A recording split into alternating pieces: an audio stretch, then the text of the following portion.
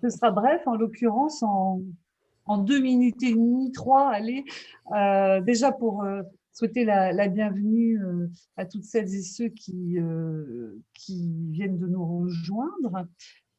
Il ne vous aura pas échappé que la période que nous vivons est particulièrement sensible pour les femmes.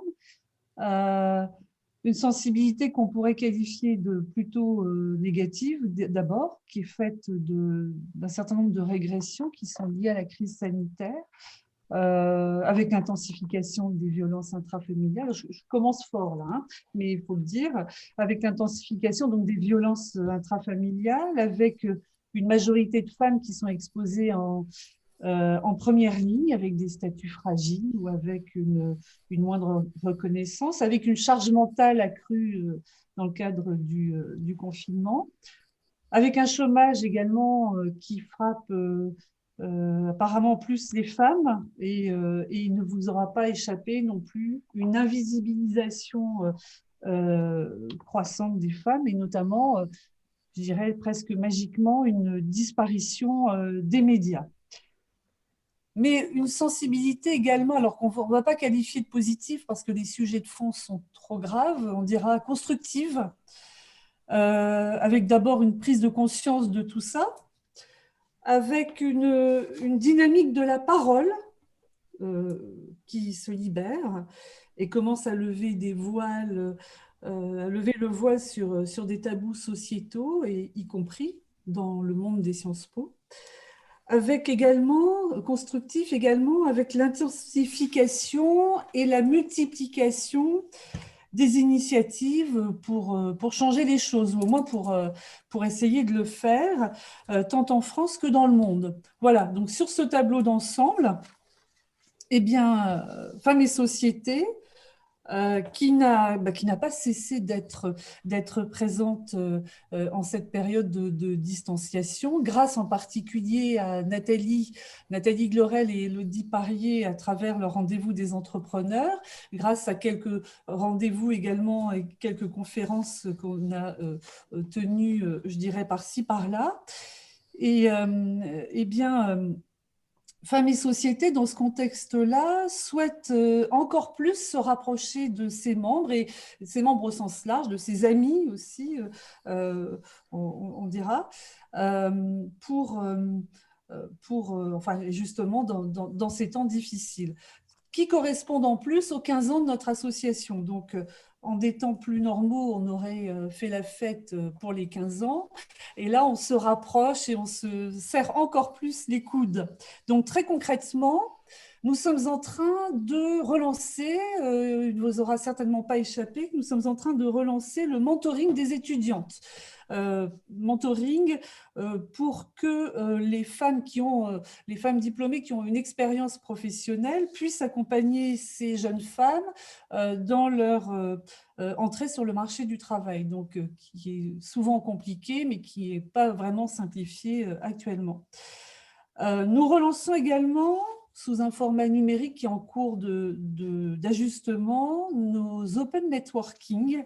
Enfin, nous allons essayer de le faire, en tout cas, pour vous permettre de, si ce n'est de continuer, parce que ça fait quand même un certain temps qu'on ne s'est pas vu, au moins recommencer à partager ensemble, même à distance. Par ailleurs, donc là, c'est sur des choses très concrètes que nous sommes en train de mettre en place ou de relancer à travers Femmes et Société. Par ailleurs, Femmes et Société, dans cette dynamique de solidarité et de collaboration, c'est également associé à la création d'une plateforme, de la plateforme ToGap, Gender and Governance Action Platform. Cette plateforme, donc, qui a été créée il y a 1 an, réunit une cinquantaine des plus gros réseaux féminins d'entreprises, enfin professionnels, justement, des réseaux professionnels, féminins et mixtes, plutôt français actuellement, mais prochainement de plus en plus international, avec une particularité unique au monde, c'est que ce sont justement des réseaux professionnels du secteur privé et du secteur public qui partagent donc leurs problématiques dans des contextes différents.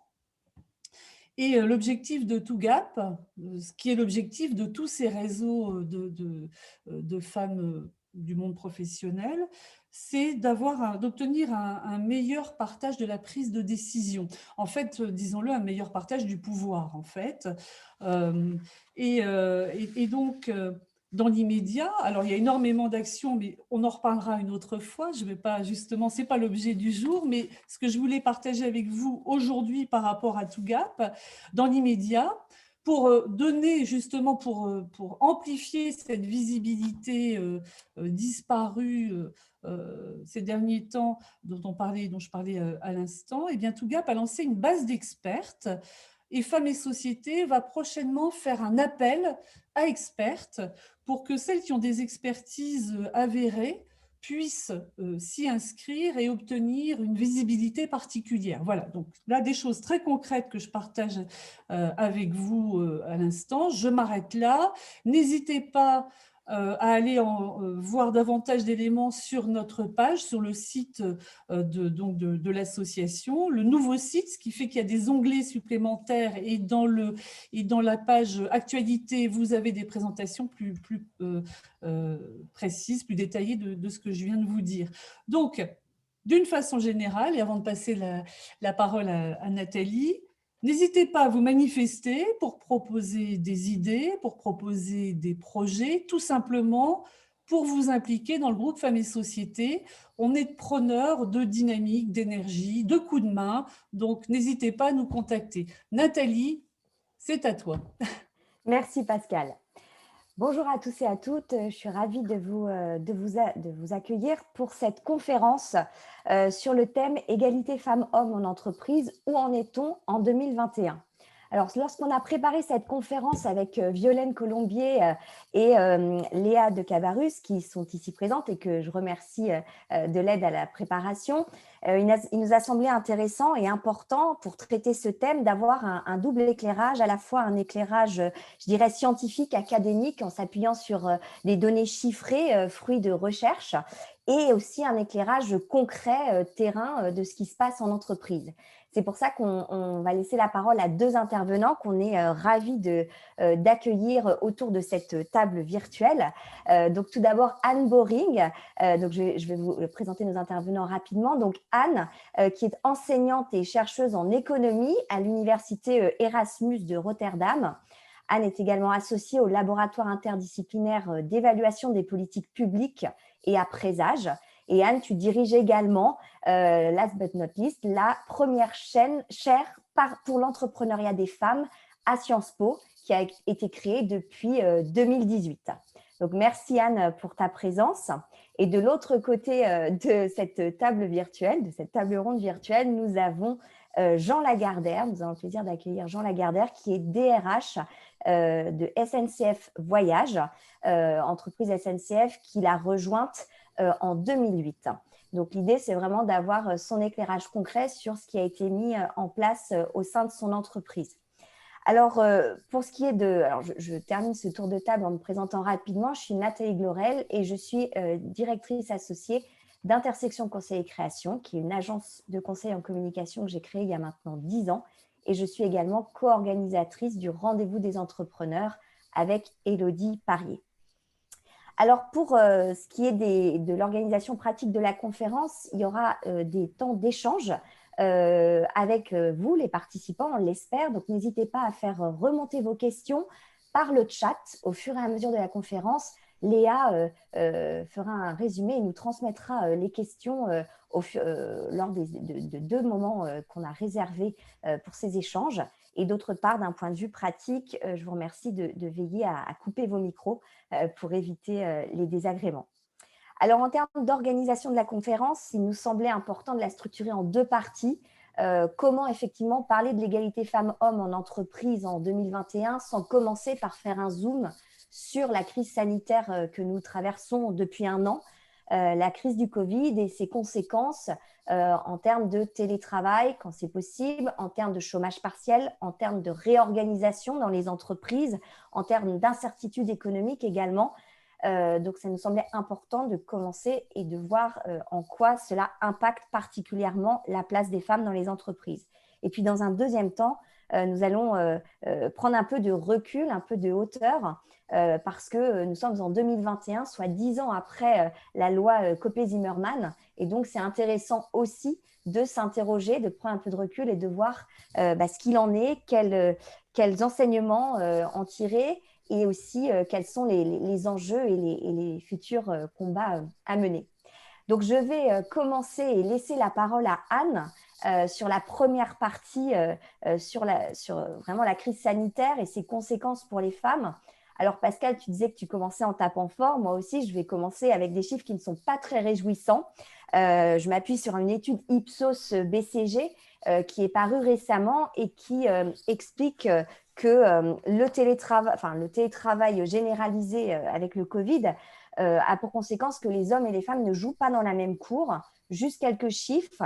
Les femmes sont 30% plus nombreuses que les hommes à se trouver fréquemment en situation d'anxiété. Elles sont moins souvent que les hommes un espace isolé pour travailler à la maison. Elles ont 2 fois plus de risques d'être interrompues que les hommes lorsqu'elles sont en télétravail. Et enfin, il semblerait qu'elles lâchent un peu prise, puisque 40% des femmes aujourd'hui, des femmes interrogées, contre 30% seulement des hommes, sont inquiètes pour leur avenir professionnel et elles sont plus nombreuses à souhaiter réduire leurs horaires de travail et à moins s'investir au sortir de la pandémie. Alors Anne, ma question, c'est est-ce que tu partages ce constat du BCG qui redoute, disent-ils, je cite, l'anéantissement des efforts faits depuis 10 ans pour resserrer les écarts de carrière hommes-femmes? Et qu'est-ce que tu peux nous dire sur les études que tu as pu mener ou que tu as pu étudier sur les conséquences de la crise sanitaire et les inégalités hommes-femmes que ça génère dans le monde de l'entreprise? Je te laisse la parole. Merci beaucoup et bonsoir à toutes et à tous. Donc c'est vrai que cette crise sanitaire est a mis particulièrement sur le devant de la scène la question du télétravail, mais c'est un télétravail qui est très particulier parce que c'est un télétravail qui se place dans un contexte où un certain nombre de facteurs qui ont permis l'avancée économique des femmes au cours des années ont aussi été freinés. Alors par exemple, on peut citer 3 facteurs en particulier qui ont permis aux femmes de réduire les inégalités à la fin du XXe siècle et au début du XXIe siècle. Il y a les avancées dans la technologie qui a permis aux femmes de passer moins de temps sur les activités domestiques et aussi sur certaines activités qui sont liées aux soins aux enfants. Il y a l'apparition d'emplois qui étaient plutôt à la base destinés vers des femmes, qui a mené vers une certaine ségrégation sur le marché du travail, mais qui a quand même permis aux femmes de participer au marché du travail.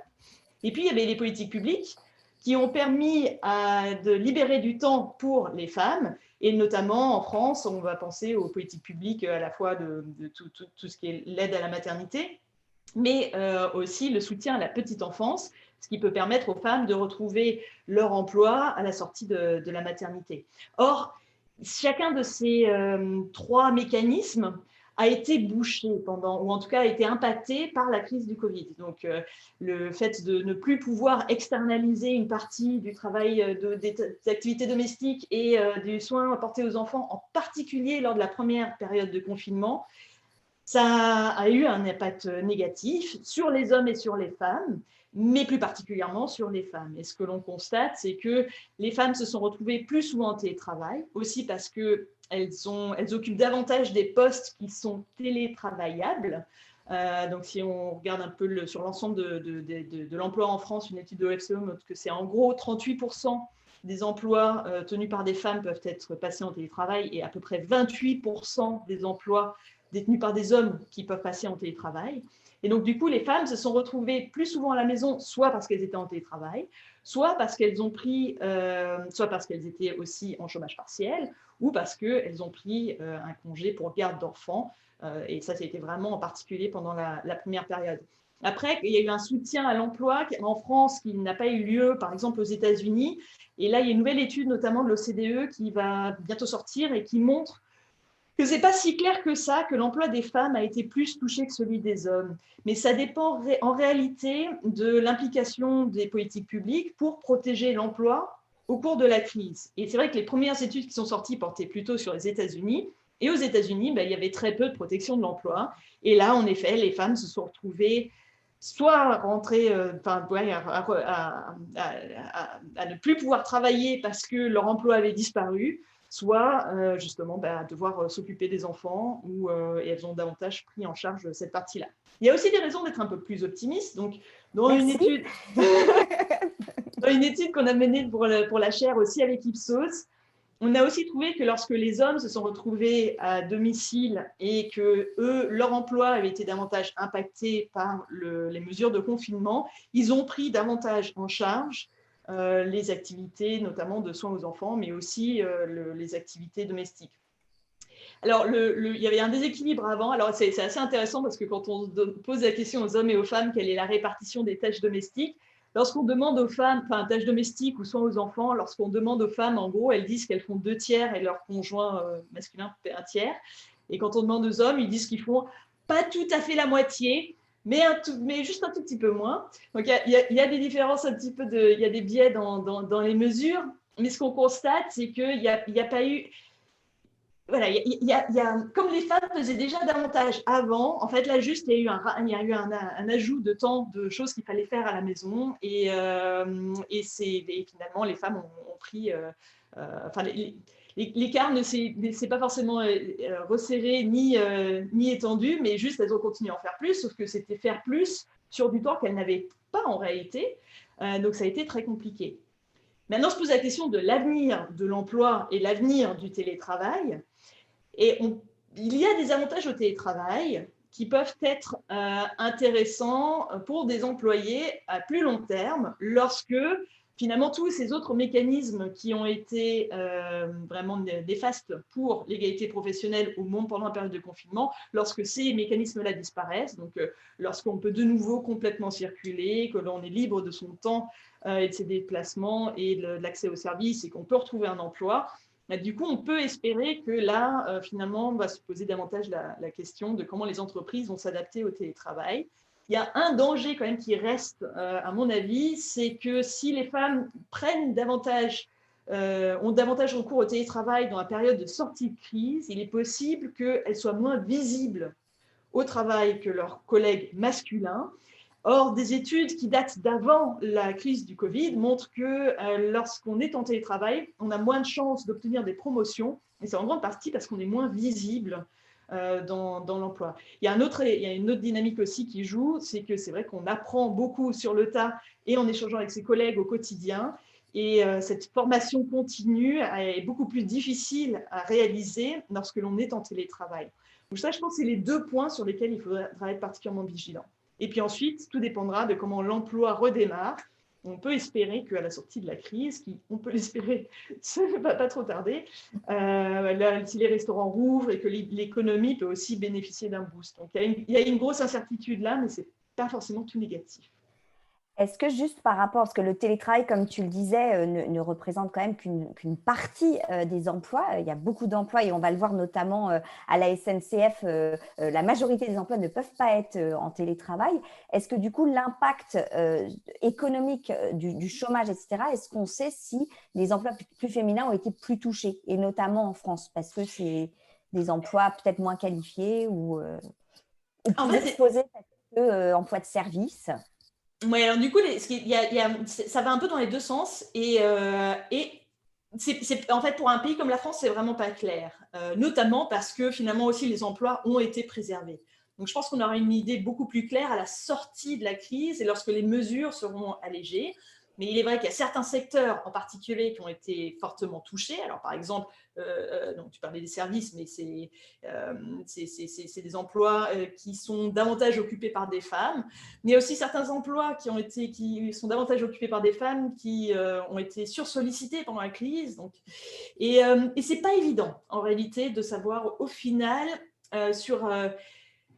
très clairement, les femmes, là, ont été un peu plus impactées parce qu'il y a eu la question des gardes d'enfants. Mais sur l'emploi à la sortie de la crise, c'est vraiment pas certain que les femmes s'en sortiront moins bien. Enfin, c'est pas aussi clair que ce qu'on a pu voir aux États-Unis, comme pour un pays comme la France, mais comme d'autres pays européens qui ont été plus protecteurs des emplois. D'accord. Merci beaucoup. Du coup, je vais passer la parole à Jean Lagardère pour avoir un éclairage un peu terrain et savoir comment ça s'est passé dans une entreprise comme la SNCF. Alors, Jean, est-ce que vous pouvez nous dire quel a été l'impact de la crise et quel est encore l'impact, puisque c'est malheureusement pas encore terminé, et notamment comment vous avez fait recours au chômage partiel. Est-ce que certains métiers ont été plus impactés que d'autres et est-ce qu'il y a eu une différence entre les hommes et les femmes dans cette gestion? Alors déjà, merci beaucoup pour l'invitation parce que c'est toujours une position toujours un peu délicate d'être un homme dans ce genre d'intervention, mais on a l'habitude quand on travaille à la SNCF de toute façon d'avoir des prises de position et des échanges dans tous les cercles, même personnels. Et c'est vrai, ce qui est intéressant, et je rejoins beaucoup ce qu'a dit Anne Boring, c'est que la place de la SNCF et le fonctionnement de la SNCF, c'est comme une petite France. Voyage SNCF, c'est 17 000 salariés et donc c'est ceux qui s'occupent des TGV pour que tout le monde voit à peu près de qui on parle. Et comme vous le disiez, on a des métiers qui sont des métiers de conducteurs, de conductrices, de contrôleurs, de techniciens de maintenance, de personnel dans les gares. Et donc notre part de télétravail, on va dire, est assez modérée, mais comme l'ensemble de la France. Donc c'est un assez bon repère par rapport à l'ensemble de la société. Pour vous donner un exemple aussi, en effet, on a été très marqué et on est toujours très, très marqué par la crise puisque j'espère que la majorité d'entre vous a bien pris le TGV et continue à prendre le TGV régulièrement, y compris pour des usages professionnels. On en a besoin et vous insistez bien sur le fait qu'on a du plaisir à se retrouver et ça a de la valeur. Aujourd'hui, on continue à avoir du chômage partiel et on est vraiment dans une gestion de crise qui est vraiment très difficile et qui concerne l'ensemble des métiers de la SNCF. La SNCF, en tout cas Voyage SNCF, on est sur une proportion, pour vous donner un ordre d'idée, c'est 23% de femmes. C'est très faible en moyenne, et c'est une moyenne qui ne veut rien dire, puisque en fait, ça dépend énormément des métiers. Et les métiers qui sont en effet un peu plus télétravaillables, de fonctions support, fonctions transverses, ou des métiers commerciaux, eux sont un peu plus féminisés. Et puis, on a des métiers qui sont au contraire dans les techniciens de maintenance, dans nos usines de maintenance, qui traditionnellement des fonctions techniques. On essaie de féminiser, mais qui ont, on va dire, les idées ont la vie dure. Et ces métiers-là, en fait, pendant tout le contexte de la crise sanitaire, ils continuent à travailler, les trains continuent à circuler. Et c'est vraiment, voilà, il faut vraiment saluer cet effort de chacun. Pour vous donner un ordre d'idée, on n'a que 7% de femmes dans nos usines de maintenance et on n'a que 2,5% de conductrices de train. Donc, c'est très, très faible. C'est très, très faible et on a un vrai enjeu là-dessus. Alors, par rapport à la crise, moi, je rejoins tout à fait ce qu'a dit Anne, c'est-à-dire qu'il y a eu quand même, du point de vue des employeurs, une vraie prise de conscience. C'est-à-dire que le premier confinement, avec ce qui a été mis en exergue, c'était la question de la garde d'enfants. On va être très honnête, ça a été quand même la première chose. Outre l'impact économique, l'impact sur l'activité, le sujet de la garde d'enfants, l'impact sur la charge mentale, l'impact sur l'organisation personnelle a fait que tant dans la sphère personnelle que dans la sphère professionnelle, il y a eu une vraie prise de conscience. Et donc, on s'est dit qu'il fallait apporter en regard de la flexibilité, il fallait revoir l'organisation, il fallait aussi se dire comment on gère l'incertitude, puisque depuis le départ, on a une incertitude économique, on a une incertitude d'organisation, que ce soit pour la gestion des enfants, des écoles, etc. Et donc, ça, je trouve qu'on a quand même une prise de conscience. Et du point de vue des managers, du point de vue des RH, quand on a fait nos enquêtes internes, on a bien vu que, en termes de modèle managérial, il y a eu un avant et un après, très, très concrètement. On avait déjà des dispositifs de télétravail qui étaient mis en place. La SNCF avait déjà mis en place ce type d'outils. Mais en termes de posture et d'accompagnement et de bienveillance et d'adaptation, il y a eu cette évolution. Comme vous le disiez, en fait, on a mis en place du chômage partiel puisque, pour que vous ayez une ordre d'idée, on avait moins de 10% des trains qui circulaient. Et aujourd'hui, on va dire, on est à peu près autour de 70-80% des trains qui circulent avec des très grandes différences entre la semaine et le week-end. Et on espère que ça va bien sûr se développer pour les prochaines vacances et même dans le monde, dans le rythme professionnel. Mais vous avez bien vu, quand on avait confinement, les guichets pour acheter des billets étaient fermés, il y avait beaucoup moins de trains, donc des conducteurs et des conductrices et tout un nombre de personnel très important qui étaient en chômage partiel. Et il y a eu une vraie différence de mode de fonctionnement. Les personnels dont les postes n'étaient pas télétravaillables, comme vous disiez, étaient vraiment à la maison ou étaient en congé de garde d'enfants. Ou c'était aussi pour des personnes vulnérables, parce qu'on a quand même aussi beaucoup de personnes vulnérables qui étaient prises en charge. Et donc là, on avait une différence d'activité totale avec d'autres personnels qui, eux, étaient avec souvent potentiellement un surcroît d'activité, de gestion de crise et du télétravail, et en plus la vie à la maison qui devait être prise en charge. Et toujours ce contexte d'incertitude. Et donc, il faut se dire que, voilà, que le télétravail, ça concerne une minorité qui est importante, mais en tout cas, ce n'est pas toute la SNCF, et que pour ceux qui n'ont pas pu télétravailler, en tout cas, la difficulté de la crise, elle a été vraiment complètement identique pour les hommes et pour les femmes. Modulo, moi, je dirais vraiment le sujet de la scolarité, de la gestion des enfants, où il fallait quand même trouver vraiment ces systèmes. Et là, vous parliez justement de la charge mentale et de la préoccupation. Je pense que c'est toujours des sujets assez inégaux. Mais c'était une prise de conscience.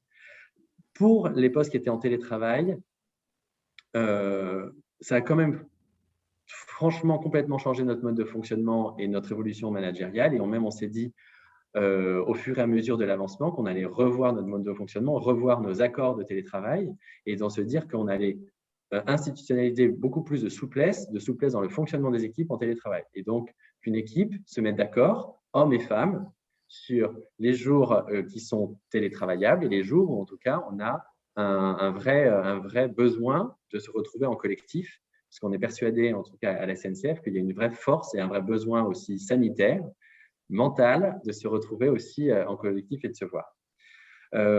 Ce chômage partiel et le télétravail pour d'autres, il a été accompagné par une posture très sociale de la SNCF, qui était vraiment une politique sociale qui a été mise en place, qui était au-delà de la loi, c'est-à-dire que la rémunération fixe des personnels a été maintenue et la rémunération variable a été maintenue à 90%.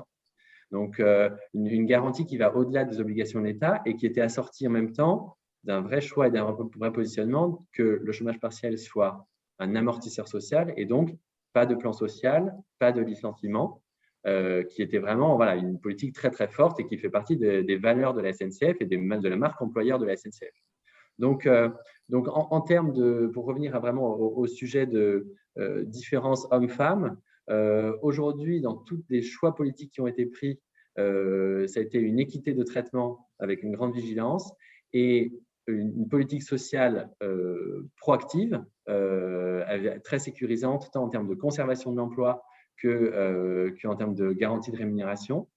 Et il ne faut pas le nier, par contre, des situations qui, bien sûr, sont difficiles et qui sont communes à l'ensemble de la société pour des personnels qui sont soit en télétravail pour la gestion du quotidien, soit aussi pour, justement, en période de chômage partiel, quand on est isolé du monde du travail, parce qu'il y a aussi ce sentiment d'isolement et d'organisation, cette phase d'incertitude qui est très importante. Aujourd'hui, le corollaire de l'ensemble, c'est qu'il y a toujours la crise se prolongeant et la crise marquant très fortement la SNCF, contrairement à d'autres secteurs d'activité qui fonctionnent très, très bien. On a un vrai sujet d'incertitude sur l'équilibre économique et comment va fonctionner l'entreprise. Et ce sujet-là, je pense que c'est un sujet dont les femmes et les hommes, en tout cas dans les foyers, il faut absolument échanger. Mais c'est un sujet qui est peut-être encore plus prégnant, sur les femmes par rapport justement au sujet de quel est l'avenir de l'emploi. Et ça tient aussi à la nature des emplois qui sont tenus. Comme le disait Anne, des emplois de conducteurs qui sont très masculinisés, très masculins en tout cas, et des emplois de techniciens de maintenance, on a une certaine stabilité. Et par contre, on a des emplois qui ont plus grande évolution technologique, et qui notamment des emplois de vente. Vous avez des assimilations avec les supermarchés ou autres. Et donc, c'est vrai que la crise, on le voit, a fortement fait évoluer le comportement des clients. La SNCF s'adapte forcément au comportement des clients. Hein. On est dans un monde concurrentiel. Et donc les sujets de distribution, de vente, fait qu'on a dû adapter nos métiers et que les métiers dont les comportements des clients sont digitalisés notamment, parce que maintenant tout le monde achète, la plupart des personnes achètent leurs billets sur Internet, etc., se sont moins déplacés pour être moins exposés également, fait qu'il y a une certaine crainte pour des emplois et donc on a un gros enjeu de travailler la mobilité, travailler la formation, travailler la polyvalence et l'évolution des métiers pour que, avec toujours ce socle social, on arrive à faire les bonnes transformations. Voilà à peu près sur le panorama de la SNCF, mais donc qui est assez représentatif de ce que disait Anne. Merci beaucoup. Juste une précision, quand on a préparé cette intervention ensemble, vous nous disiez, Jean, que vous aviez remarqué que le télétravail avait permis peut-être de diminuer les demandes de temps partiel. Ça, c'est quelque chose qui est intéressant peut-être à souligner. Ce qu'on a vu vraiment sur les fonctions support, les fonctions justement comme justement les RH, les finances, etc., c'est que on a vu que le télétravail, la flexibilité, on va dire, dans le télétravail, a eu un vrai impact sur l'absentéisme. Parce qu'il y avait aussi de sujet d'organisation personnelle, souvent, sujet la vie des enfants, etc. Donc, le fait d'avoir moins de tension dans son organisation personnelle et moins de tension sur le temps fait que cette souplesse sur le télétravail, il y a à jouer et que notamment, il y a eu des re-questionnements sur des contrats justement de temps partiel en disant mais j'arrive à mieux organiser mon temps. Mais on est quand même toujours dans une phase très importante d'incertitude et je pense qu'on n'est pas encore en vitesse de croisière pour le post-crise et c'est là qu'on aura vraiment des organisations qui se mettront en place. Mais oui, il y a vraiment cette tendance, en effet. Merci beaucoup. Alors du coup, Léa, je te laisse la parole si jamais il y a des questions qui sont arrivées par le chat. On a donc 3 questions, 2 questions qui vont ensemble et une troisième question qui sera pour Jean Lagardère.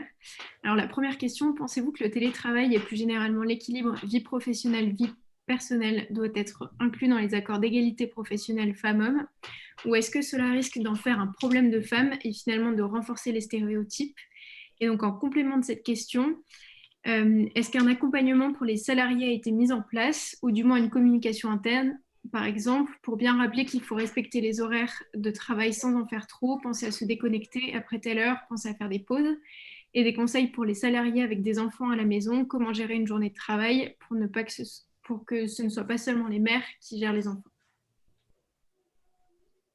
Alors peut-être la première partie de la question, Anne, peut-être tu as des indications là-dessus ou peut-être des choses, des études, si dans certains pays il y a eu déjà des choses qui ont été mises en place comme ça dans les accords ou le télétravail est dans les accords? Alors, pas que je sache, je crois que tous les pays ont été un petit peu submergés par cette vague et maintenant se retrouvent confrontés à cette problématique. Ce qui est extrêmement intéressant aussi dans les études, c'est que, par exemple, en sciences économiques, la première vraie étude qui a regardé l'impact du télétravail sur les conséquences professionnelles date de 2014. Donc, c'est pas, voilà, c'est vraiment une problématique qui se pose maintenant et les entreprises ont été quand même assez frileuses dans leur ensemble jusque-là pour mettre en place le télétravail. Les accords de télétravail étaient plutôt très restrictifs. Ils visaient plus davantage à essayer de faire en sorte de limiter le télétravail autant que possible. Et c'est vrai qu'il y a une vraie demande de la part des employés il y a des avantages au télétravail et notamment, je ne suis pas très étonnée du fait qu'il y ait eu une diminution de la demande du travail à temps partiel parce que ça permet une plus grande flexibilité aussi de la gestion de son temps. Alors, le revers de la médaille pour la flexibilité, c'est que ça veut dire que c'est la séparation entre la vie privée et la vie professionnelle devient beaucoup plus floue. Et ça veut aussi dire que ça peut être d'autant plus difficile pour les entreprises de gérer ce qui peut se passer dans le cas d'un télétravail, dans la mesure où, du coup, les employés sont aussi beaucoup plus dispersés et donc moins visibles. Ça implique aussi un certain coût de coordination pour les entreprises. Mais je pense qu'à la sortie de la crise, on va aller vers un système assez mixte de peut-être 1, 2, 3 jours en télétravail et l'autre partie du travail à domicile pour des emplois qui peuvent être télétravaillables.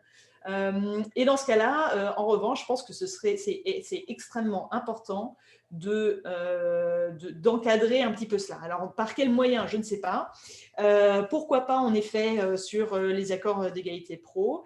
Ça peut être un bon moyen, justement, ou en tout cas un élément de vigilance qu'il faudra absolument prendre en compte.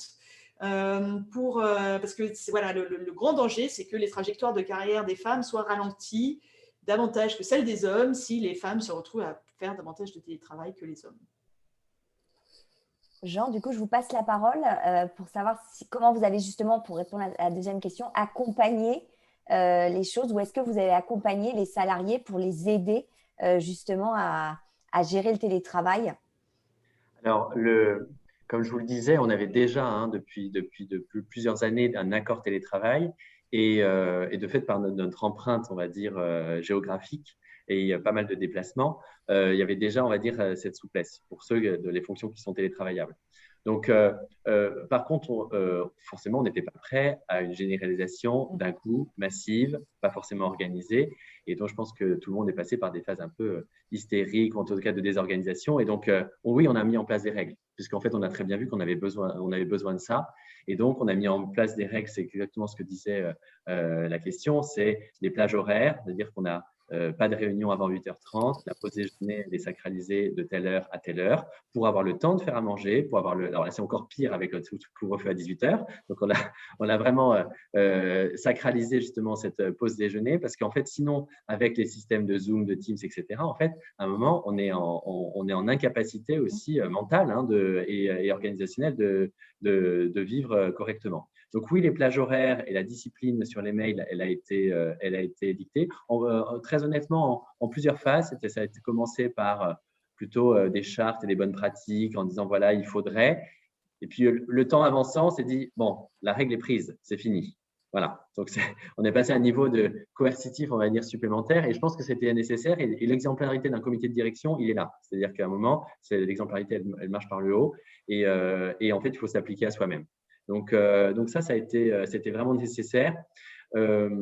Sur les conseils aussi, les conseils en termes de posture, les conseils de comment on travaille, quels sont les équipements qui sont mis en place, comment on protège sa santé, son dos, le fait de faire des pauses, etc. Le fait aussi de mettre de la convivialité à distance, c'est-à-dire d'avoir des réunions d'équipe, d'avoir un point hebdo avec chacun de manière individuelle, d'avoir des objectifs clairs, d'avoir une réunion d'équipe hebdo aussi, où on a eu des cafés virtuels. On a vraiment ce genre qu'on a besoin aussi d'avoir du sujet non professionnel, en tout cas du partage et de la convivialité qui se met, qui était très, très important.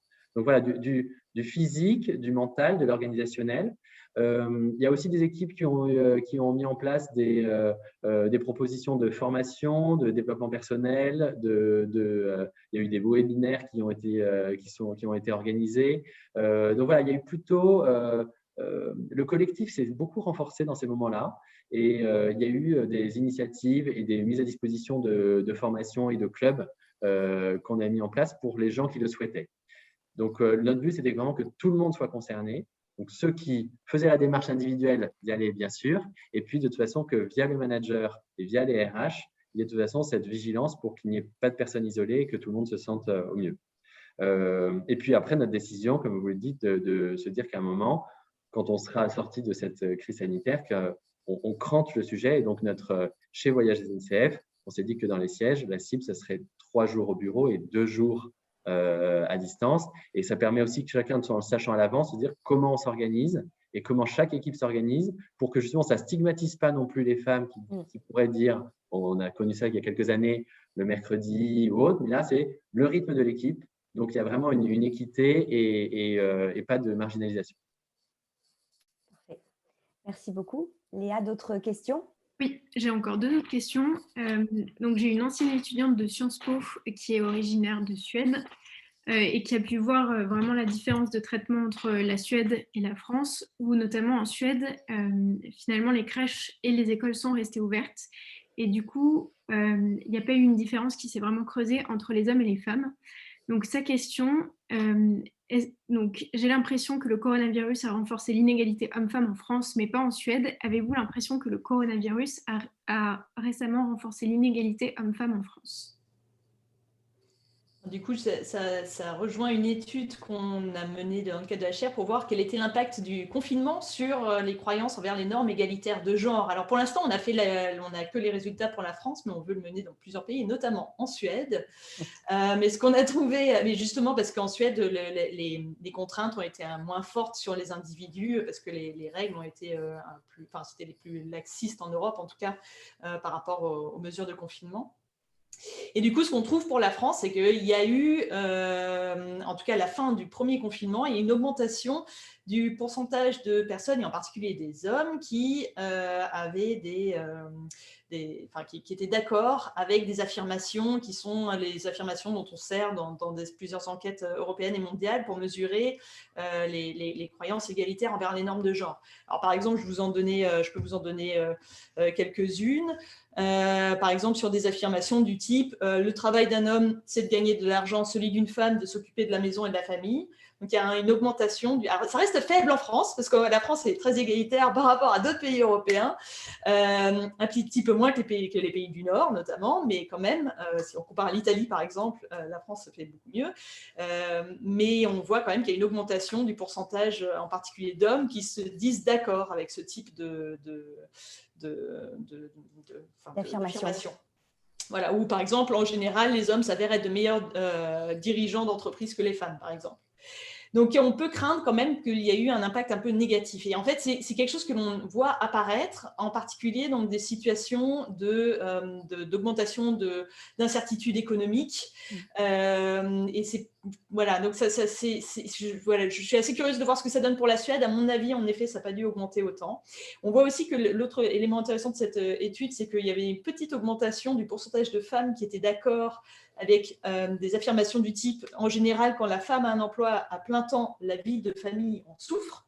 Et c'était notamment des femmes qui s'étaient retrouvées dans des situations où leur conjoint avait pris en charge une plus grande partie du temps de garde des enfants. Et donc, on voit un petit peu aussi les dynamiques familiales et ce qui se passe dans les couples, et aussi pas toujours évident. Merci. Si je peux juste rebondir, là aussi, je pense qu'il ne faut pas forcément chercher toujours la rupture pour la rupture. C'est-à-dire que, en tout cas, du point de vue de là aussi, je prends que l'exemple de la SNCF, mais vous allez pouvoir l'extrapoler.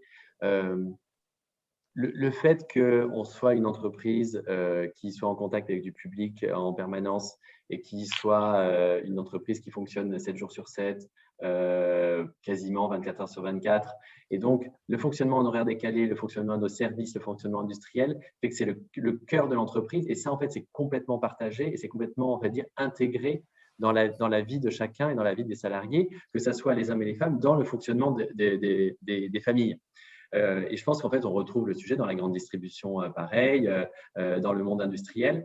Et le coronavirus n'a pas vraiment, on va dire, n'a pas changé cette organisation. On va dire, on avait déjà ces organisations en horaire complètement décalé qui nécessitent de trouver des organisations et des équilibres propres à chacun, avec souvent des soutiens familiaux, on a une action sociale nous, qui est très très présente, qui est beaucoup d'aide pour réaliser des aides de la garde d'enfants en horaire décalé. Donc en fait, tout ça, il y avait déjà tous ces outils qui étaient mis en place avant le coronavirus et qui étaient par contre qui ne concernaient pas vraiment on va dire les cadres ou en tout cas les fonctions support qui, eux, avaient l'habitude d'externaliser. Et comme vous le disiez à un moment, là, par contre, on n'a pas externalisé. Et donc, moi, je parlerai plus, en tout cas, d'une grosse prise de conscience, notamment pour les cadres et les managers, pour dire, mais finalement, je demandais des efforts et on se disait, c'était comme ça, on a des clients, on a des trains et donc, il faut s'adapter à leurs besoins.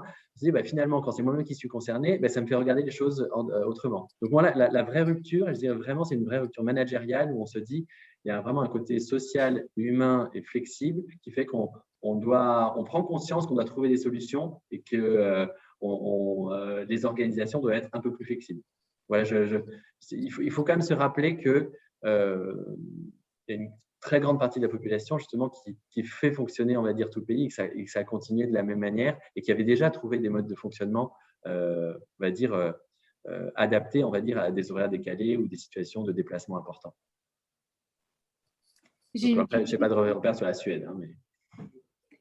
J'ai une question qui rejoint vraiment ce qui vient d'être dit et qui demande plus de précision à ce sujet. Quelle est la proportion des femmes dans les fonctions support, en particulier dans l'encadrement, et la SNCF, quels sont les objectifs que la SNCF doit atteindre et que dit l'accord égalité professionnelle sur ce sujet? Alors, c'est dans les fonctions support qu'il y a le plus de femmes. Je n'ai pas le pourcentage précis.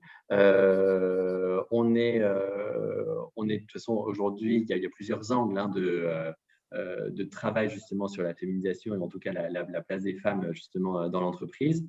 Je dirais, il y a trois grands domaines. Il y a le sujet déjà du recrutement, déjà au début. Il y a le sujet de la gestion de carrière. Il y a le sujet des conditions de travail.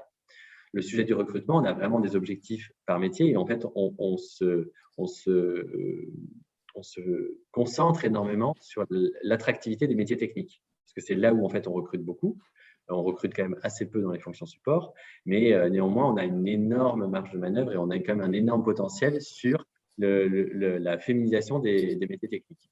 Et donc, je n'ai pas d'objectif chiffré indiqué tel quel dans les accords, surtout que c'est des accords groupes. Donc, les mailles, on va dire, entre les différents métiers sont très différentes. Mais notre objectif, il est très fort sur le recrutement, que ce soit justement, comme je vous disais, qu'il n'y a que 2,5% des conductrices, alors que vous allez avoir la moitié ou pas tout à fait, en tout cas, au niveau des contrôleurs et contrôleuses. Donc, il y a vraiment des sujets et puis des idées reçues qu'on connaît qui sont là dès le moment des études. Et donc, c'est pour ça que la SNCF a mis en place tout un système avec des étudiants, avec des jeunes étudiants, avec des lycéens, etc., pour faire connaître ces métiers, les faire découvrir aussi par des femmes, montrer que c'est possible, montrer que ce n'est pas interdit et que c'est pas, on va dire, c'est accessible.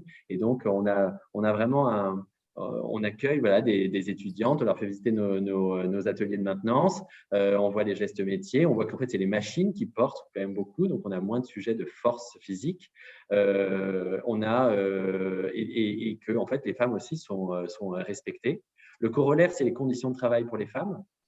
Là aussi, on a fait un énorme travail, il y a encore beaucoup de travail à faire sur l'adaptation des locaux. C'est-à-dire, on a des sujets, bien sûr, maintenant on est totalement énorme, sur les vestiaires, mais aussi sur le respect de chacun, sur ce qu'on peut dire, les stéréotypes, ce qu'on peut ne pas dire, ce qui est justement mérite des sanctions, et est-ce que les locaux sont justement adaptés aux femmes, sans justement vouloir les marginaliser, pour faire vraiment des locaux complètement adaptés et des outils de travail aussi. Ça, c'est quand même une grosse un gros investissement, on va dire, régulier, et c'est une grosse transformation depuis les 10 dernières années où c'était vraiment un monde complètement d'hommes. Et on voit que petit à petit, quand même, ça évolue et c'est intéressant. Et puis, dans la vie professionnelle, il y a forcément le levier intermédiaire qui est vraiment la gestion de carrière. Et là, donc là où il y a bien sûr des objectifs qui ont été pris. Et alors, je ne sais pas si vous savez, mais la SNCF le statut de la SNCF faisait que jusqu'au 1er janvier 2020, donc avant la réforme, les augmentations et le déroulement de la carrière de la SNCF étaient assez proches du système des administrations, c'est-à-dire des grilles à l'ancienneté qui sont quasiment anonymisées, et donc avec hommes et femmes ayant vraiment un parcours, on va dire, très progressif, mais aussi très équitable, on va dire, en termes de femmes. Et donc, plutôt des bons scores de la SNCF en termes d'équité. Mais ce qu'on peut quand même constater, c'est que notamment par rapport à l'encadrement, on pouvait avoir quand même régulièrement des plafonds de verre, notamment pour le top management, pour se dire qu'à un moment, oui, en fonction de l'âge, on voit bien autour des 35-45 ans, etc. C'est des périodes, on va dire, de potentiellement cassure.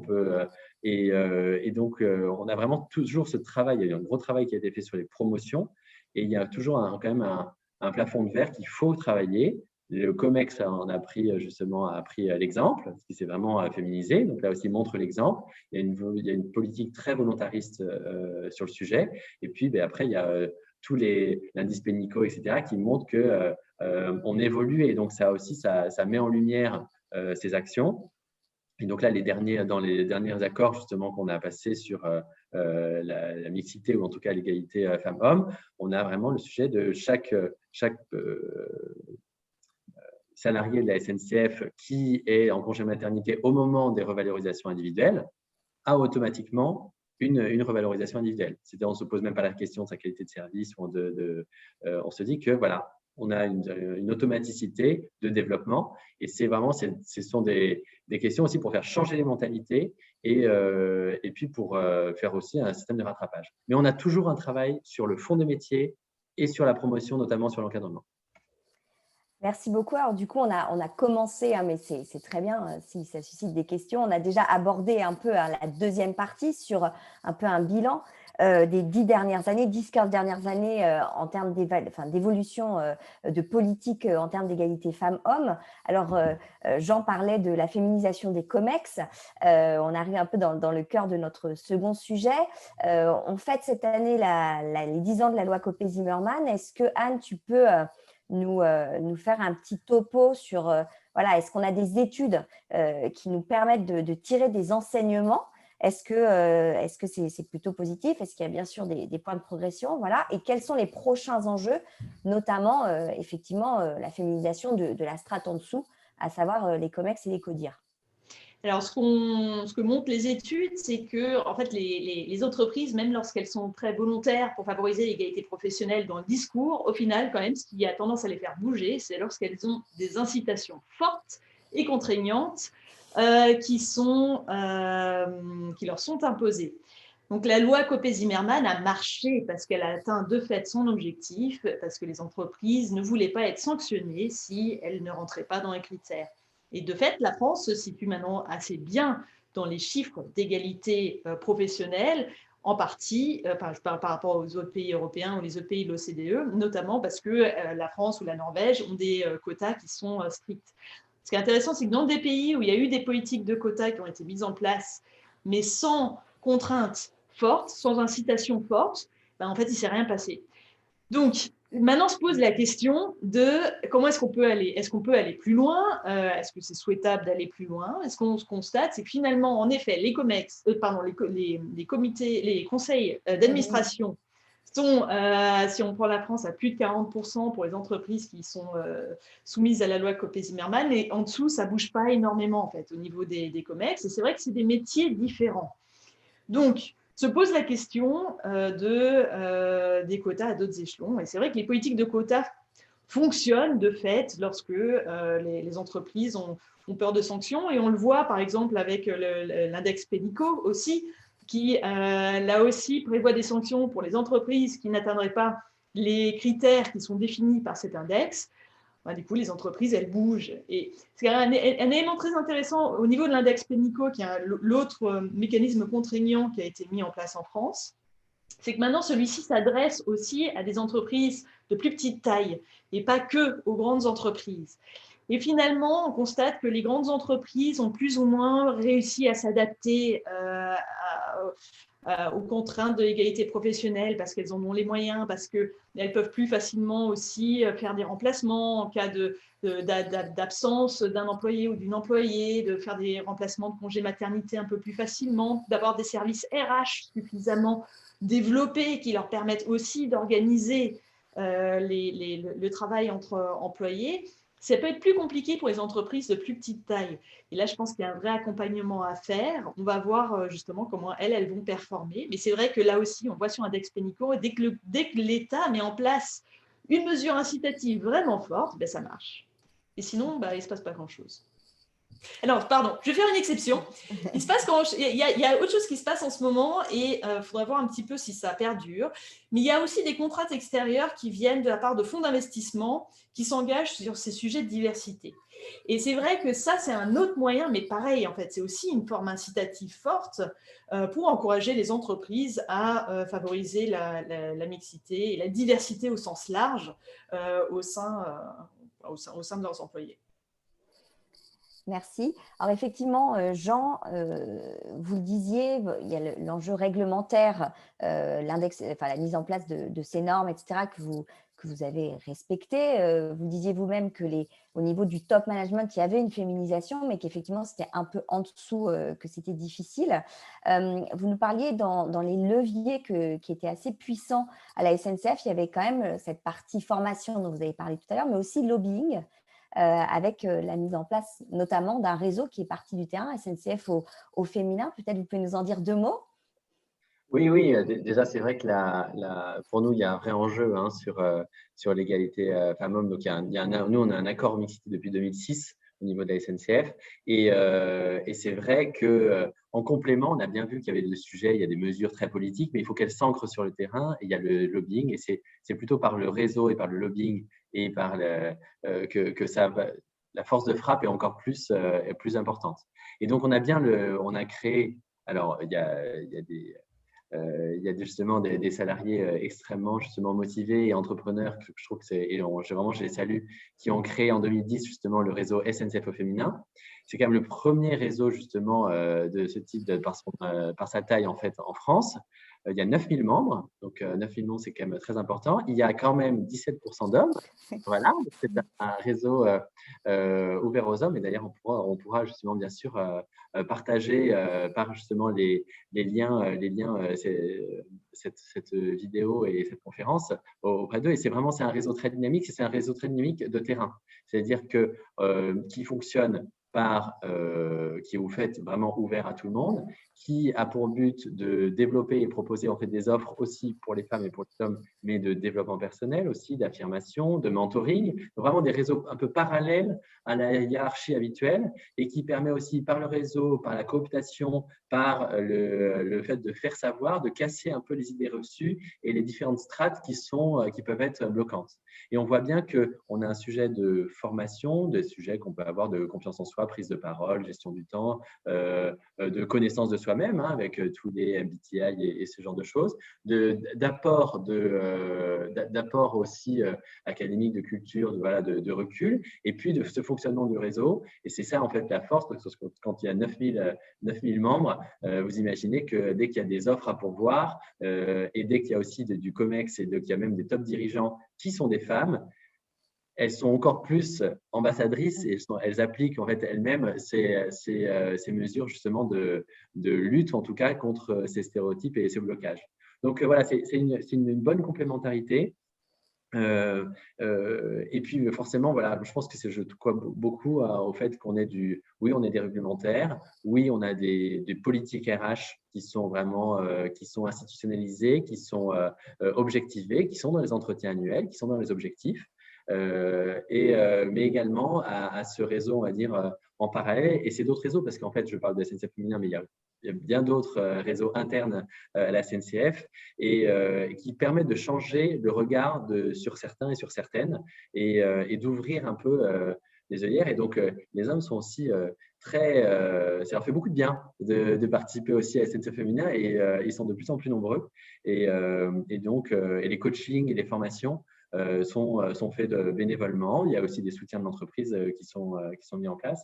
Et voilà, c'est une plateforme d'échange professionnel qui est quand même en marge et qui est un vrai succès et donc qui est en train de se développer. Donc, pour les gens de la SNCF qui nous regardent, bien sûr, inscrivez-vous. Et puis, pour ceux qui ne sont pas de la SNCF, en tout cas, allez voir tout ce qui est réalisé. Et les ambassadrices de SNCF Féminin sont vraiment de très, très bons espoirs et en tout cas peuvent donner aussi beaucoup d'input pour les autres entreprises. Merci. Est-ce que Léa, on a des questions? Oui, on a 4 questions. Alors, une question d'actualité. La représentation des femmes dans les postes de haute responsabilité progresse, mais très lentement. Êtes-vous pour les quotas dans les comités exécutifs? Alors, j'imagine que… Alors, Anne, ouais, je vous laisse répondre. Je disais… Merci. Et en effet, j'y suis… Ça arrive toujours, sur toutes les réunions Zoom, il y a au moins un moment où ça arrive, de micro coupé. Donc, je disais que j'étais plutôt favorable, justement, moi, aux quotas. Il y a des inconvénients aux politiques de quotas, ça c'est très clair. Notamment, beaucoup de femmes ont peur que de ce que… de si elles ont accès à des postes en raison de parce qu'il y a des politiques de quotas qu'on dise qu'en fait elles sont pas compétentes ou elles ne seraient pas compétentes, ce serait la raison pour laquelle elles auraient eu accès à un poste en particulier. Mais je crois pas que ce soit de toute façon, je pense que c'est faux. Je pense que juste la situation actuelle, c'est que des femmes très compétentes n'arrivent pas à des postes de responsabilité et n'arrivent pas au comité exécutif. Donc en fait, c'est juste égaliser les chances quelque part par ces politiques de quotas. Mais il y a des difficultés qui sont réelles. Alors, notamment, est-ce que le comité, enfin, il y en a 2 en particulier. La première difficulté, c'est que les comités exécutifs n'ont pas une entité légale clairement définie comme les conseils d'administration. Et donc, du coup, ça peut être compliqué légalement, mais on va voir un petit peu aussi, c'est un des projets du gouvernement actuel, d'essayer de trouver une solution à ce problème. Donc, on va voir un petit peu ce qui peut être proposé. L'autre difficulté, c'est la ségrégation des métiers. Et ce qui peut être aussi un danger, c'est de retrouver en fait, en gros, systématiquement des femmes au poste de directrice de la communication, du marketing, des ressources humaines, mais pas forcément dans d'autres spécialisations. Et on voit toujours dans l'enseignement supérieur une grosse ségrégation en fait sur les choix de spécialisation, même dans les écoles de commerce, entre les hommes et les femmes. Et donc du coup, derrière, ça peut aussi vouloir dire que peut-être qu'elles ne seront pas rémunérées de la même façon parce qu'on va quand même considérer que c'est plutôt du support ou que en fait, leur métier est moins essentiel ou serait moins essentiel à l'entreprise. Donc il y a beaucoup de points de vigilance à observer. C'est vrai que par exemple sur la loi Copé-Zimmermann, quand on regarde les présidents des conseils d'administration, on reste toujours sur des présidences masculines. Donc voilà, il y a toujours, quand on met en place ce type de politique, en fait on voit quand même des mécanismes qui se reproduisent à d'autres niveaux, mais on progresse quand même petit à petit. En corollaire, moi je pense que oui, forcément, il y a un objectif de parité. Et ce que je trouve intéressant, c'est que de mon point de vue, c'est vraiment en train de devenir un réflexe. C'est-à-dire qu'au moment où quelqu'un fait des recrutements dans son équipe, alors pas forcément que Comex, mais dans son équipe, on se dit « Ah, mais c'est encore un garçon ». Voilà, donc maintenant, on parle de ces sujets. Et je pense qu'il y a quelques années, en fait, il n'y avait pas forcément ce réflexe. Les RH sont là pour en tout cas, bien sûr, faire attention, etc. Mais même du point de vue des managers, en fait, c'est quelque chose qui s'ancre de plus en plus. Et ça, je trouve que c'est la bonne tendance. Après, je suis très fier de dire qu'on a des contre-exemples à la SNCF, et donc notamment 2 femmes qui sont au COMEX de la SNCF. C'est l'ancienne patronne du fret, donc, qui maintenant elle est patronne de Francilien, mais c'est Sylvie Charles. Donc sur le fret, vous imaginez une fonction qui est pas forcément la plus féminine possible, mais en tout cas voilà. Et Maxime Lombard qui est sur les logistiques, donc voilà, tout ce qui est Géodis, etc. Donc voilà, celles qui cherchent des exemples pour dire qu'il y a des femmes sur des postes qui sont techniques, hard, industriels, et ben elles existent bien, elles sont depuis un moment à la SNCF, elles sont pleinement reconnues, et donc je pense que c'est vraiment des exemples. Donc et c'est des exemples même en interne, hein, pour nous tous. Donc une amélioration, je dirais, de la vigilance, et puis c'est vraiment il faut vraiment le poser comme des valeurs de l'entreprise, comme la marque employeur, comme des valeurs de l'entreprise. Comme je vous le parlais tout à l'heure du cadre social, sur la gestion de l'emploi, sur les types de recrutement et sur la promotion. Voilà, ça fait partie de nos valeurs, on fait attention, et donc il faut le cranter. C'est aussi pour ça qu'on aime la SNCF, c'est aussi pour ça qu'on y est bien, c'est pour ça que les gens aussi ils font carrière. C'est pour ça qu'elle recrute aussi, donc n'hésitez pas, parce qu'il y a des très très beaux postes, mais c'est aussi comme ça qu'on différencie des entreprises. Et je pense qu'il faut aussi qu'il y ait une sanction si ce n'est pas respecté, de ce point de vue-là. Merci. Léa ? J'ai une autre question à propos de l'index d'égalité pro. Estimez-vous cet outil suffisamment pertinent ou masque-t-il des réalités plus contrastées dans les entreprises ? Il y a des travaux de recherche, notamment du chercheur de l'IPP, qui ont signalé quelques faiblesses de l'index. Alors après, en fait, dès qu'on met en place comme ça des mesures incitatives, ça crée toujours des comportements stratégiques. Donc là, en fait, on fixe plusieurs critères que les entreprises doivent respecter. Alors sur l'index Pénicaud, on regarde les écarts de rémunération, les écarts de taux d'augmentation individuelle entre les hommes et les femmes, les écarts de taux de promotion, si le pourcentage de femmes qui ont obtenu une augmentation dans leur année de congé maternité, et puis la présence des femmes parmi les 10 personnes les mieux rémunérées dans l'entreprise. Il y a un système de points. Il est possible, par exemple, pour une entreprise, de ne pas respecter la question de, par exemple, le critère sur l'augmentation lors de l'année de congé maternité et néanmoins ne pas être sanctionné. Donc voilà. Donc ça peut être un peu, on peut se dire, il y a certains critères qui devraient juste être automatique, parce que là, en plus, ça correspond à la loi. Donc, c'est vrai qu'on pourrait avoir un peu un renforcement de certains critères.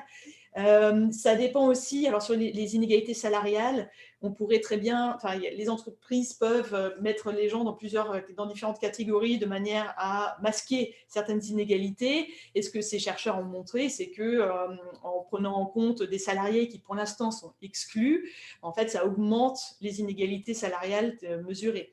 Donc, il y a des imperfections à l'index. Néanmoins, c'est quand même un super outil. Donc, il faudra voir un petit peu à la pratique, et notamment maintenant que cet index s'applique aux plus petites entreprises, pour voir justement quelles peuvent être des modifications à faire au plus long terme. Merci.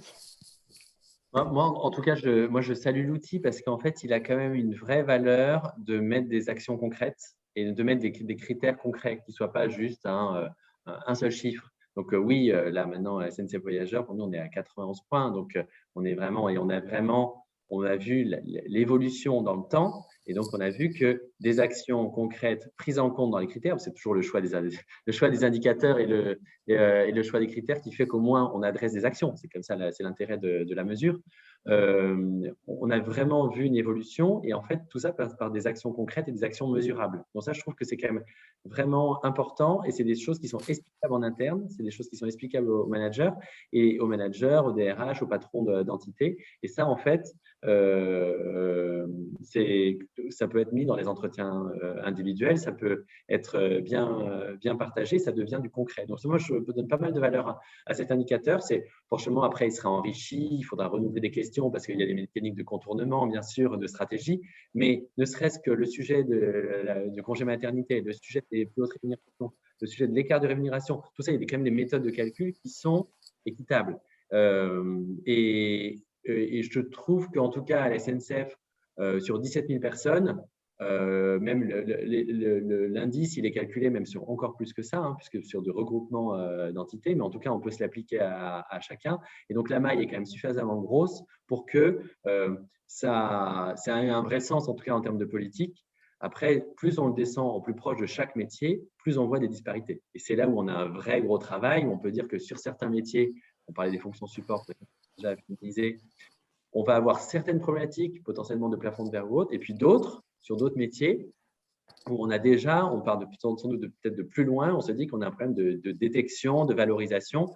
Et donc, les plans d'action ne sont pas les mêmes, mais je trouve que l'outil est bien adaptable et adapté.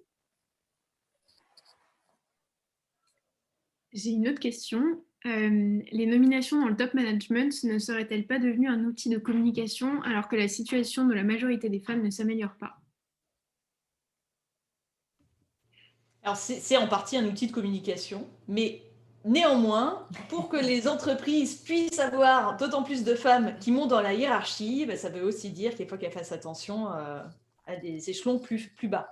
Et un autre élément à prendre en compte, je pense, c'est qu'à partir du moment où on sait que les efforts que l'on peut mettre pour développer sa carrière professionnelle peuvent porter leurs fruits, à partir du moment où on se dit en tant que femme qu'on peut avoir accès à ces postes, ça permet aussi de se motiver et justement d'aller les chercher davantage. Donc, je suis assez curieuse de voir dans 2, 3, 4, 5 ans comment les stratégies de carrière des femmes vont se développer au fur et à mesure que l'on voit qu'il y a davantage de femmes qui peuvent justement monter réellement les échelons. Et c'est vrai que de façon générale, on ne fournit un effort pour une tâche que si on pense qu'on a des chances de réussir. Donc, si on montre qu'en fait, on peut y arriver. Moi, je pense, mais heureusement que c'est un outil de communication. Et franchement, c'est la meilleure chose qui puisse arriver. C'est-à-dire que c'est le job d'ambassadeur. C'est-à-dire c'est montrer que c'est possible, c'est montrer que c'est inspirant, c'est de donner à voir. Donc, ça veut dire que c'est visible. Alors, peut-être que ça ne correspond pas à toute la réalité. Et en tout cas, bien sûr, peut-être pas tous les échelons. Mais néanmoins, je compare à certaines périodes ou certains autres environnements, ce n'est même pas envisagé. Donc, oui, c'est un outil de communication. Moi, j'aimerais qu'on en communique encore plus. C'est-à-dire que encore préféré que vous invitiez une femme à cette conférence, ou en tout cas qu'on soit plusieurs, qu'il y ait des témoignages. Mais je pense que oui, c'est un outil de communication, c'est un outil de lobbying, et de lobbying vis-à-vis de tout le monde, parce qu'il y a un sujet d'exemplarité et de donner à voir. Et puis, il faut se dire quand même que les nominations de top management, c'est le pouvoir. Donc, à un moment, c'est aussi potentiellement ces femmes-là qui vont dire à leurs collaborateurs masculins, là, ça ne va pas. Là, vous êtes pas dans la bonne direction. Et donc, voilà, donc, je trouve que c'est un outil de communication et je trouve ça bien. Et ce n'est pas qu'un outil de communication, c'est aussi de l'exercice de fonction et de résultats et de réussite. Merci. Alors, je vois l'heure qui tourne. On s'était donné 19h15 pour la fin de notre conférence pour nous permettre à tous d'avoir une vie de famille. Du coup, on va essayer de ne pas trop déborder. Léa, si tu peux poser peut-être une dernière question. Oui, alors, à propos de la politique volontariste de la SNCF et de la féminisation des COMEX, de quoi s'agit-il et quelles sont les mesures? Alors, vous savez, les nominations des COMEX, c'est le directeur général, hein, c'est le PDG qui nomme. Donc, voilà, nous, on a un actionnaire qui est l'État, hein, qui est le ministère de tutelle. Et donc, voilà, c'est lui qui fait ses choix, bien sûr, dans les COMEX, et que ces choix sont validés par aussi nos administrateurs et nos actionnaires, donc l'État et le ministère. Et donc, c'est lui qui fait ses choix. Donc, il n'y a pas une politique, on va dire, formalisée, mais c'est une politique qui est concrètement appliquée, vu les résultats et vu la tendance à la SNCF. Très bien. Bah, écoutez, je pense que c'est le mot de la fin. Est-ce que vous avez quelque chose à ajouter les uns et les autres? Anne, pour conclure. J'espère qu'on va bientôt sortir de la crise sanitaire et que les activités économiques vont reprendre et qu'on va pouvoir redémarrer les questions d'égalité professionnelle sur de bonnes bases. En tout cas, merci beaucoup. Moi, ce que je retiens de nos échanges, c'est déjà un côté un peu, tout n'est pas rose, bien sûr, il y a encore des choses à mettre en place, mais il y a aussi des bonnes dynamiques. Moi, j'apprécie l'approche toujours très optimiste d'Anne notamment, et puis le témoignage de Jean qui est plutôt, effectivement, qui n'est pas dans le bon sens. Je retiens aussi que toutes ces questions d'égalité femmes-hommes en entreprise, c'est des questions de pouvoir et des questions de rôle modèle. Là, je rebondis sur la notion de rôle modèle qui est chère chez Femmes et Société, parce qu'effectivement, si on voit que c'est possible, et bien, tout simplement, on se dit que pourquoi pas nous. Et ça, ce sont des questions qui semblent importantes pour faire bouger aussi les mentalités.